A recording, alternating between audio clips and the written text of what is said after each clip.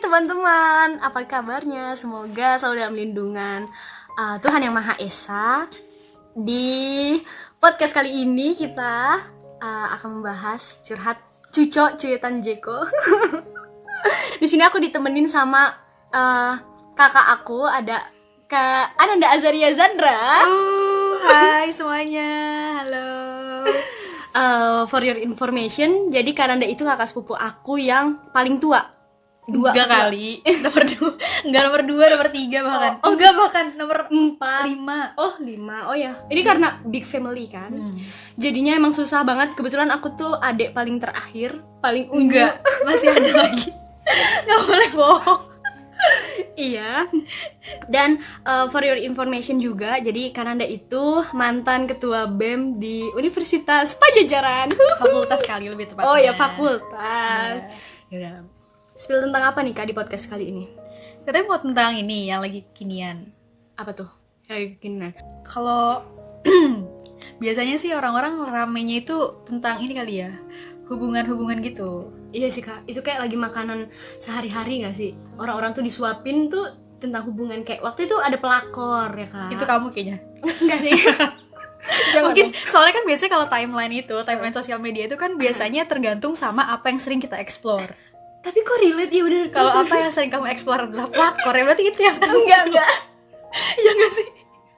Enggak dong Kak. Ya Allah jangan sampai ya Allah ini bercanda. Jelek banget dong pelakor. Yang lagi ini Kak, yang lagi hangat-hangatnya tuh tentang di ghosting. Sama ini biasanya. Sekarang kan lagi zaman banget semua serba virtual, ya kan? Jadi kadang itu kita belum sempat ketemu fisik nih, tapi udah keburu nyaman. Padahal belum pernah ketemu bentukan asli orangnya, ya kan? Jadi udah baper secara virtual kayak gitu. Nah ini mungkin hubungannya sama ghosting kayak gitulah. Ah ya, kita chill aja lah di sini. Iya. Chill aja. Dipelakorin pernah? Mohon maaf, kalau pelatih itu nggak ikut main. Oh gitu. Oh kakak yang ini semua nih. Kalau pelatih itu nggak ikut main, jadi kalau loh Kak, nggak mau aku. kalau ditanya kakak udah pernah dipelakorin belum, atau kakak pernah jadi pelakor belum, ya mohon maaf nih, kalau pelatih itu nggak ikut main dalam ring pertandingan gitu ya. Jadi saya cuma ngasih saran aja. Ngontrol. Gitu. Iya, ngontrol gitu. Aduh, kalau ngomong-ngomong di ghosting Kak, menurut kakak tim nge-ghosting atau di ghosting? Aku tanya dulu deh ke kamu, menurut kamu ghosting itu apa sih sebenarnya?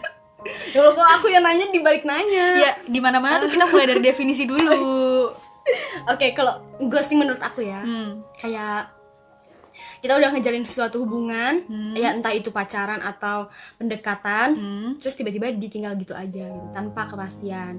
Kayak bisa aja itu ditinggalin karena emang dia nggak nyaman atau karena apa, cuma nggak ada alasan, jadi main ditinggal gitu aja. Itu menurut aku. Kalau menurut kakak gimana tuh? Kalau menurut aku pribadi sih ya, aku nanya dulu deh. Berarti kalau kayak gitu, menurut kamu ghosting tuh sebenarnya ada ya? Ada. Oke. Kalau menurut aku pribadi sih, aku gak bisa mendefinisikan ghosting itu kayak apa, karena aku pribadi aku percaya nggak ada yang namanya ghosting. Ya kenapa tuh? Karena menurut aku semuanya tuh balik lagi ke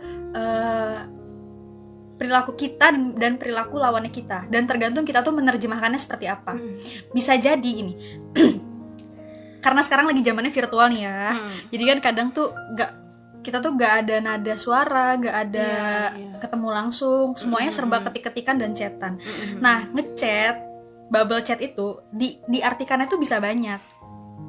Jadi sebenarnya yang perlu dijaga itu adalah cara kita ngerespon dari setiap hal yang ada di sekeliling kita gitu loh. Karena jangan sampai dia tuh ngetiknya pakai jari tapi kita ngeresponnya pakai hati. Iya, itu kebanyakan tuh. Jangan sampai kayak gitu.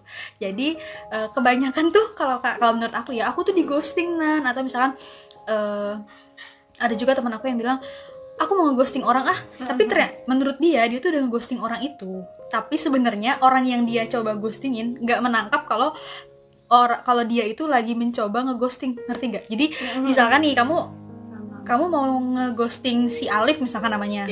Nah, aku mau nge-ghosting Alif, pengen coba-coba bla bla bla bla, tapi ternyata Alif itu nggak nangkep maksud kamu tuh mau ngeghosting dia tuh menerjemahkannya lain. Oh ya udah, mungkin karena ruang lingkup pertemanan Alif tuh lebih luas, jadi dia udah biasa ngadepin orang-orang yang kayak kamu misalnya. Jadi dia nggak nganggap itu ghosting. Jadi kan sebenarnya balik lagi ke respon dan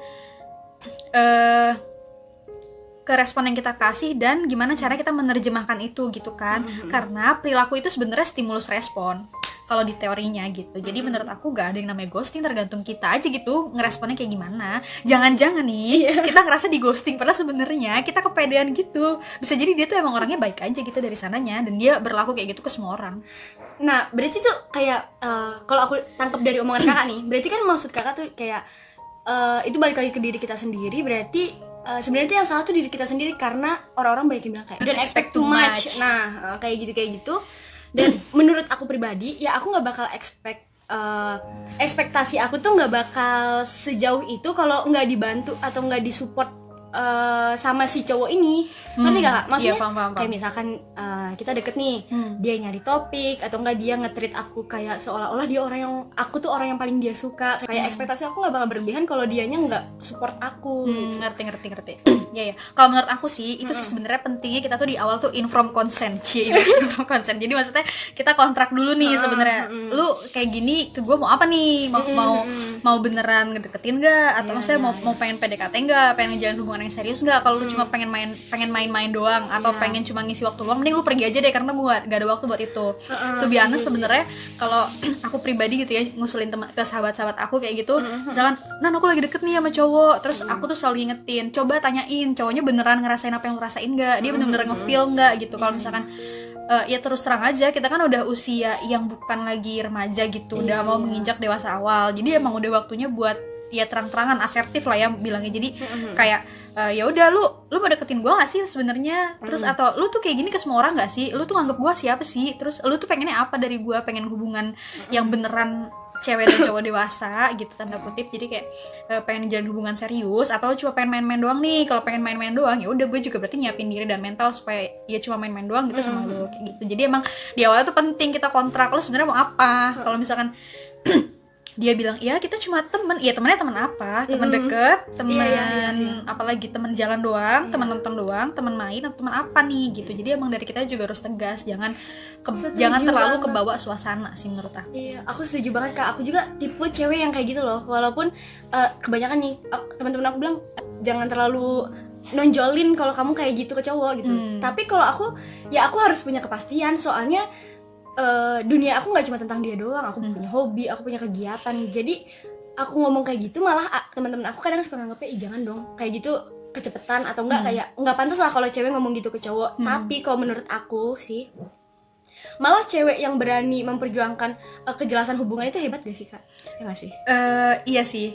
Bener. Iya. Bukannya aku ngebela diri aku sendiri, enggak. Cuma kalau dari pandangan aku aja mau ngomong gitu ke si cowok itu tuh mikir beribu-ribu kali. Terus kayak aku harus nyiapin, ya Allah sebenarnya ini aku masih kecil banget sih buat mikirin ini, tapi aku mikir lagi kalau aku hidup nggak cuma hari ini. Iya benar-benar. Ya sih. Sebenarnya yang jadi PR itu bukan masalah gengsi sih kalau kata aku, bukan masalah perempuan atau laki-laki yang duluan menyatakan. Kalau menurut aku itu bukan menyatakan perasaan sih, tapi kita tuh udah mau dewasa awal dan kita harus konkret.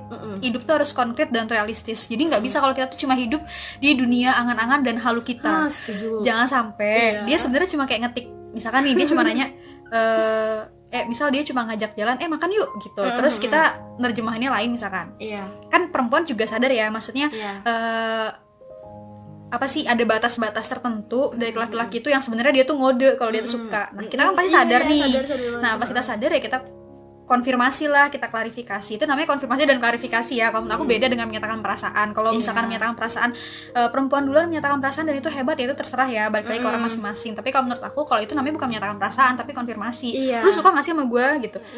Lu beneran nih pengen ngejalin hubungannya kayak apa sebenarnya gitu. Jadi menurut aku itu konfirmasi dan validasi, karena hidup itu ya tadi harus konkret dan realistis. Nggak bisa kalau cuma ngehalu-halu dan nerka-nerka doang tuh nggak bisa. Aku setuju banget kak. Ini omongan kita udah dari definisi ghosting. Ini kayak berat banget ya. Kayak umur aku kayak belum cukup. Tapi nggak apa-apa karena ini buat pelajaran buat teman-teman juga. Terus kalau menurut aku lagi nih kak, kita lanjut lagi. Kalau ghosting tuh lebih susah move on-nya nggak sih kak? Kalau menurut aku nge-ghosting tuh lebih susah move on-nya dibandingkan pacaran abis itu putus.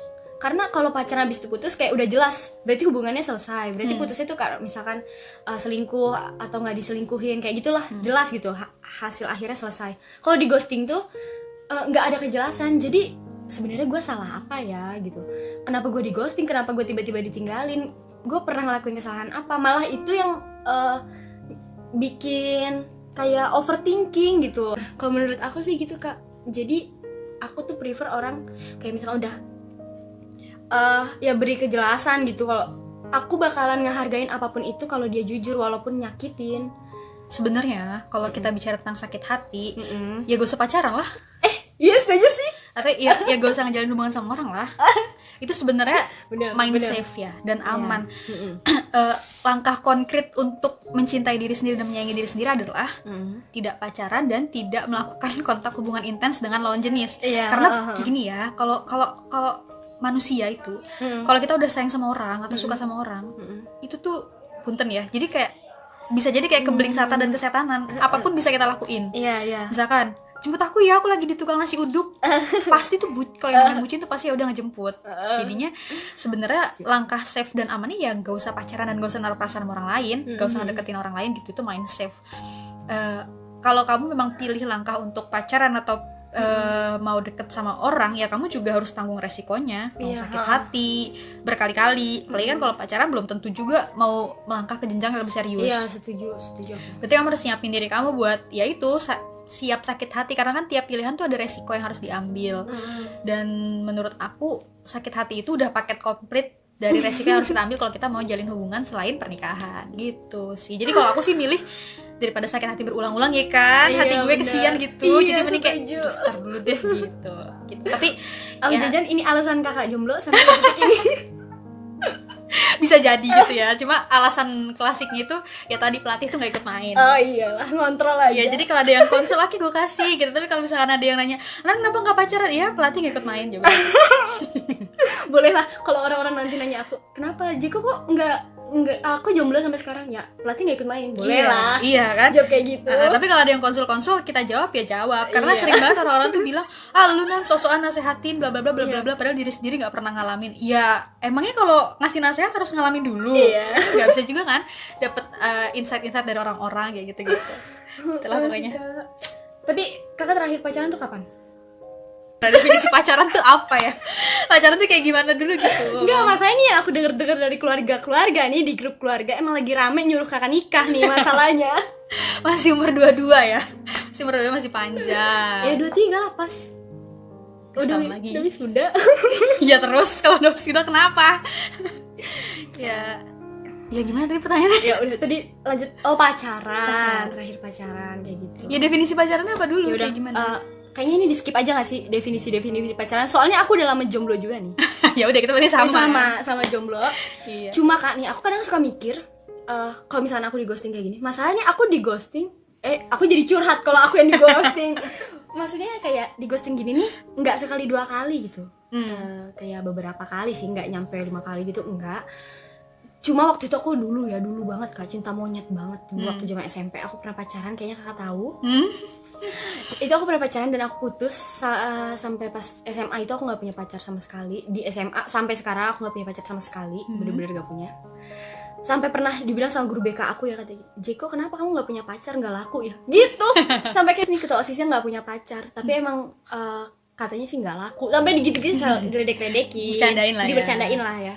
Nah tapi jujur sejujurnya aku belakangan ini mikir apa ini aku di ghosting itu salahnya bukan dari orang yang ngeghosting aku, tapi salahnya dari aku sendiri. Karena jujur Kak, dulu tuh aku emang jomblo tuh lama banget, tapi jomblo tuh cuma status doang. Sebenarnya tuh ada aja yang deketin aku, entah aku deket sama si A, si B, si C gitu. Misalkan aku deket sama gebetannya A nih, selesai, lanjut sama gebetan B, lanjut sama gebetan C gitu. Nggak pernah berhenti dulu buat beneran jomblo, status jomblo, bener-bener jomblo. Nah aku mikirnya apa ini tuh sebenarnya kayak aku tuh belum nyelesain masa lalu aku gitu. Makanya sekarang pas nemunya pas banget lagi pas aku udah kayak pas kuliah gini kan, jadi kayak lebih feelnya lebih dapet, kayak aduh deep banget pas di ghosting kayak gini. Korban ghosting nih. Ya udah terlanjur, chill aja. Oke. Cuma kayak gitu Terus aku mikir kayak apa karena aku belum nyelesain masa lalu aku gitu, masa orang yang nge-greet aku nggak aku respon, kan aku orangnya nggak enakan. Itu alasan sih kalau kata aku. Itu alasan sih kalau kata aku, nggak enakan tuh alasan sebenarnya. Tapi jujur sih Kak, aku nah belakangan ini udah hampir berapa, kayak ya udah belakangan inilah ya, masuk 2021 ini bener-bener aku jomblo, status jomblo, dan kehidupan aku juga jomblo. Nggak kayak dulu, kalau dulu kan cuma status doang jomblo tapi ada aja yang nge-greet. Kalau sekarang bener-bener sepi loh Kak. Emang harus healing, proses healing gak sih? Ih, tuh Kak lanjut lagi proses healing. Terus Kak lanjut, tanggapan Kakak dengan aku ngomong gitu bener gak sih? Aku sambil minum ya. Oke. Sebenarnya gitu, oke. Aku mau nanya dulu deh sebelum kesana. Kamu percaya gak kalau aku jomblo? Jujur ya Kak, ini aku jor-joran aja. Aku percaya Kakak jomblo, cuma nggak percaya kalau Kakak nggak deket sama siapa-siapa, ngerti? Nah, bisa jadi orang itu nge-ghosting karena dia tuh punya pola pikir yang kayak gitu. Gak ada yang percaya kan kalau misalkan aku jomblo, maksudnya jomblo bener-bener jomblo dan gak ada yang ngedeketin tuh, gak ada yang, kamu gak percaya. Sebenarnya gak kamu doang, tapi banyak orang juga yang gak percaya. Masa sih Anan gak ada yang deketin sama sekali? Tapi sebenarnya aslinya dan kalau dibuka chatnya itu emang gak ada yang deketin. Jadi bisa jadi sebenarnya banyak kemungkinan yang nyebabin si orang itu jatuhnya ghosting kamu. Bisa jadi karena memang dia berpikiran kayaknya seorang Safa yang udah saya tinggalin sekian tahun, misalkan dia ninggalin atau yang lagi saya deketin, kayaknya nggak mungkin deh kalau dia nggak deket lagi sama yang lain atau dia punya hubungan khusus sama yang lain. Jadi bisa jadi dia kayak yaudah deh gue mundur aja deh gitu. Jadi gue kayak gue ngerasa kayaknya dia terlalu tinggi deh buat gue, atau setuju banget ini aku ya. Terus Kak lanjut, atau dia aku kayak setuju sama ini. Kayaknya dia kalau gue tinggalin juga nggak bakal apa-apa deh, dan gue khawatirnya rasa cinta gue yang terlalu gede nih buat dia sebenarnya biasa aja ke gue gitu. Bisa jadi dia mikir kayak gitu.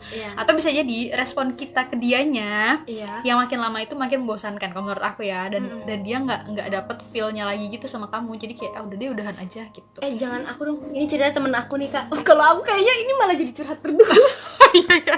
Nggak kan di sini kita ngomong cuma berdua, chill aja ya. Jadi anggapnya kamu tuh kayak perumpamaan contoh aja, padahal belum tentu bener. Iya sih benar ya, lanjut gitu. Jadinya iya kayak gitu.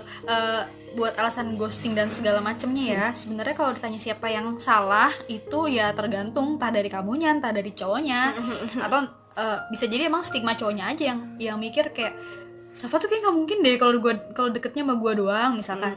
Dilihat dari respon dia tuh kayak gini ke gue, kayak nggak pengen nunjukin banget, padahal perempuan tuh kadang kan suka jaim-jaim gimana gitu. Iya, setuju. Padahal sebenarnya kita jaim itu bukan karena kita lagi deket sama yang lain, tapi karena emang ya udah kita malu aja gitu, kayak bener, mengekspresikan perasaan tuh ya malu sih. Iya gitu, bener, ilfil gak sih? Takutnya jadi ilfil, makanya kita balasnya kadang suka seperlunya. Jadi kalau ditanya siapa yang salah ya tergantung dulu kasusnya kayak gimana gitu. Jadi nggak bisa nyalain salah satu pihak juga, bisa jadi emang dua-duanya juga yang nggak salah. Sebenarnya jawaban pastinya cuma satu sih, nggak jodoh gitu aja. Oh iya sih benar. Nggak jodoh udah kayak gitu. Kalau aku sih prinsipnya ya udah umur 20-an kayak gini tuh udah mikir kayak kalau misalkan emang dia tuh ditakdirin buat kita, ya dia pasti bakal menetap, dan kalau emang dia bukan ditakdirin buat kita, dia pasti bakal pergi. Pokoknya apa-apa yang emang ditakdirkan untuk kita, mau kita sekeras apapun nahan dia, atau mau kita sekuat apapun ngusir dia, ujung-ujungnya kalau dia memang ditakdirkan untuk pergi ya pergi. Tapi kalau memang dia ditakdirkan untuk menetap dan sama kita terus-terusan, ya dia bakal menetap. Jadi kuncinya adalah ya udahlah gitu. Ya udahlah gitu. Apalagi kalau lihat-lihat di TikTok, di Twitter, Instagram, itu banyak orang yang bilang people come and go. Iya benar banget. Setiap orang tuh bakal datang dan pergi. Jadi ya udahlah. Ya gimana ya udahlah, nikmatin dulu aja. Iya, betul. Ini tuh aku banyak ambil kegiatan sampai waktu itu aku mikir, nah aku nemu nih Kak titiknya. Aku waktu itu cerita sama mami sama papi gitu tentang apapun kegiatan aku. Terus mami aku bilang ya proses healing itu emang nggak semudah apa yang kita bayangin. Kadang-kadang hujan rintik-rintik aja masih bisa bikin basah. Kaki aku nih yang lagi sakit udah mau sembuh aja masih bisa bikin nyeri kayak gitu. Jadi ya nggak apa-apa, it's okay, lanjutin aja, let it flow gitu, jalanin aja. Buat keseharian kegiatan sehari-harinya tuh malah ke bawah karena ini. Kalau menurut aku sih ya kalau dari 10 sampai 100% healing aku sekarang udah 70%. Sedikit lagi dong ya. Hebat. Hebat, bagus. Ya udah lanjut Kak, aku bingung tadi ngomong apa sih. Sebenarnya bingung banget tadi. Kalau kita ngomongin healing itu nggak bisa satu podcast gini sih. Kayaknya kita bakal lanjut lagi episode berikutnya sih kalau kata aku. Oke, berarti nanti selanjutnya bahas healing tentang ya. Kebetulan aku juga belajar tentang keperawatan jiwa gitu. Jadi memang ada proses berduka di sana yang ada beberapa tahap. Yang pertama tuh orang denial dulu, terus nanti dia bakal angry, terus dia bakal bergaining, lalu dia bakal acceptance. Kayak gitu-gitu. Ada beberapa tahap lah ya. Nah, itu bakal panjang banget kalau kita bahas di sini. Tapi sebenarnya kuncinya kalau misalkan kita memang mau healing, itu kuncinya yang pertama itu ya udah lepasin. Ketika kita melepaskan berarti kita bakal bebas. Dan terima juga, karena ketika kamu menerima kamu pasti bakal bebas juga. Jangan lupa juga memaafkan, karena ketika kita memaafkan itu pasti kita bakal sembuh kok. Iya bener. Kuncinya itu memaafkan. Bener, kuncinya itu ikhlas Kak. Nah betul. So pasti baik-baik aja lah. Dan apalagi ya udah biarin aja, karena ketika kita membiarkan sesuatu pasti kita tuh bakal tetap jadi sesuatu yang utuh. Dan yang terakhir ikhlasin aja, karena ketika kita mengikhlaskan maka kita akan jadi pribadi kita dengan jiwa yang bertumbuh. Ya Allah, emang gak salah ya Allah. Kenapa aku bisa dilahirkan dari keturunan yang wow? Karena kita satu gen gitu lah ya. Jadi nyambung ya. Jadi dari sana enak. Iya, perlu digarisbawahi. Nanti kita akan bahas lagi tentang healing teman-teman. Ya udah, kayaknya udah cukup sampai di sini aja. Kalau kalian suka jangan lupa di-share lagi. Di-share lagi, di komen, di like. Oke teman-teman, makasih banyak. Dadah.